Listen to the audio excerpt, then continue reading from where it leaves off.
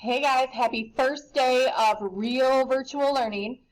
Today you are going to be logging in to Google Classroom. You should already have done that, obviously, if you're watching this.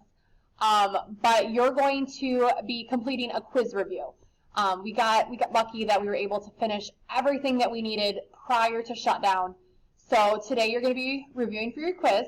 Chunky Powers is not in your assignment packet, I'm sorry. I have linked it down below if you do want to print it out to work on. If not, it is available in GoFormative.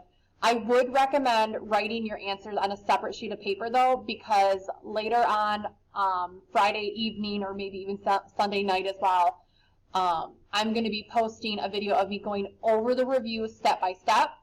So if you get a bunch of red dots and I haven't reached out to you yet, please make sure you are checking that, going over your work assignments, letting me know if you have any questions. Join me for those live meets if you need it. And then your quiz is going to be next week, either Monday or Tuesday, depending on what day you have class. So any issues, don't hesitate to reach out. And I'll be watching GoFormative like I did when I was in quarantine to make sure everyone's good to go with this. Have a good one.